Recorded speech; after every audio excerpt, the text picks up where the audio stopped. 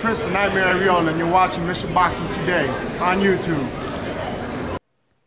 Heavyweight boxing fans, what's the deal? So, Boxing Scene has a very extensive interview here with my man Joseph Parker. I'm going to leave it in the description box like always on my channel. You can click it, read it, and come to your own surmise. But it's just Joseph Parker pretty much discussing the Dimitrenko fight that's coming up October 1st, and then the possible bout with David Price on the Anthony Joshua undercard in November. And then they were talking about the actual Joshua title shot itself. So they asked him a lot of questions in this interview, man. One of the first questions they asked him about his troublesome shoulders he's been having, or, you know, just asking him how has it held up in training camp. And he went on to say, this is Parker, he says, they've been fine, maybe a little sore last week, but I sparred 10 rounds just the other day, and they didn't give me any trouble, which is encouraging. It's just getting my body used to consistently punching upwards, jabbing upwards at much larger opponents. Then Boxing Scene just went on to ask him about, you know, just his sparring partners, just sparring taller sparring partners, and what he had to say about it. They just asked him how difficult has it been for him mentally and physically, and he went on to say, these taller guys, they're definitely more thinking about strategy. There's more that you have to do to get on the inside to try and catch them. This is where the jab is more important. You can't just throw a single jab to get in. You have to be throwing doubles and triples.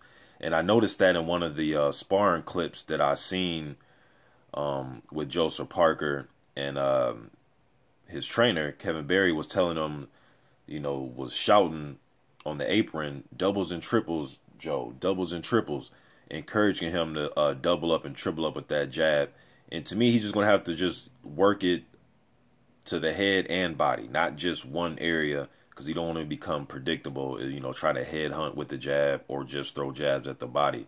I think he should mix it up, and also mix up the timing and the rhythm and how much power he's putting behind each jab. But I think the jab is key, and I do think he's going to have to double and triple up the jab against these taller fighters.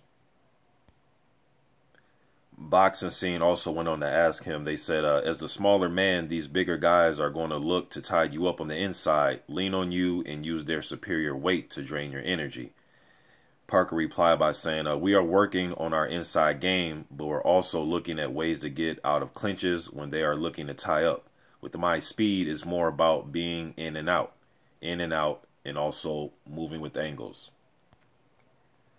And I'll read, you know, I'll leave the article in the description box. I'm not going to read all of this, but, you know, just the questions they're asking him, just pretty much basic questions that he's already answered. You know, they've asked him things like, you know, if he beats Dimitrenko, him going over to the UK to fight David Price will be good for him. You know, get him acclimated with just fighting in the UK, the big hotels, just the atmosphere that goes along with fighting Anthony Joshua, but you'll be fighting on his undercard. But just for him to get used to it, being in the UK, then fighting a big guy in David Price. And, you know, fighting guys like Price and Dimitrenko and Takam. Yes, they're not Anthony Joshua, but if you're a guy that's trying to get some fights under his belt and you're working your way up, those are three good opponents to get you ready. For anybody. They might not necessarily be Tyson Fury or Anthony Joshua or Deontay Wilder. You're not going to get ready for those guys. I mean, there's really nobody that can get you ready for that unless you're fighting Fury, you know, Wilder, Ortiz, Povetkin, Joshua. But all those guys are unique. But if you're fighting guys like Dimitrenko, Price, Takam, you know, guys like that, you at least have some good names under your belt, some live names, guys that are coming to win the fight. You know, so, and Kevin Berry also went on to say some things, and he was just talking about Joe's sparring, and he wants Joe to keep using his angles and his head movement and keep his hands up. He doesn't want him really to stand so tall because he's going to be the shorter fighter, but he wants him to move his head, man, and just be ready for this fight with Dimitrenko. All this is in preparation for the fight with Anthony Joshua, man. So, obviously, these guys can, you know, guys like Price and Dimitrenko and, you know, guys like that. Obviously, they're even actually taller than Joshua. You know, so the height and just their overall mass, you know, can prepare them. And they're, you know, decent fighters, man. They're decent fighters, but I don't think nobody's really going to give you, you know, as far as the power. And then he is also sparring with Izuagano too. So, and Izuagano's about what, 6'4", 6'5". I know he's a little bit taller than Joe. So Joe should be ready. I think he's going to beat Dimitrenko.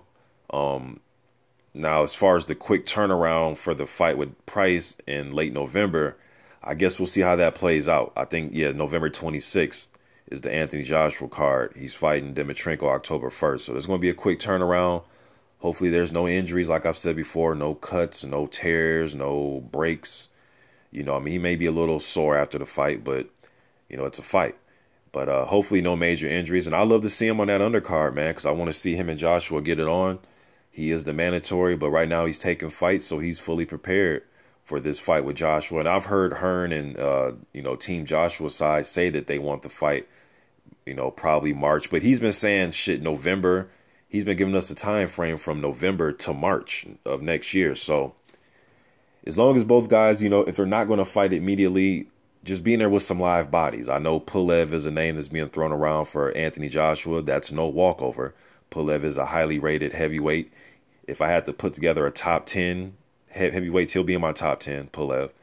You know, Dimitrenko's not my top 10, but he is a threat, and he has the size advantage, and he has live experience, you know, and he's a guy that has a winning attitude, winning record, and he comes to win his fights in Dimitrenko.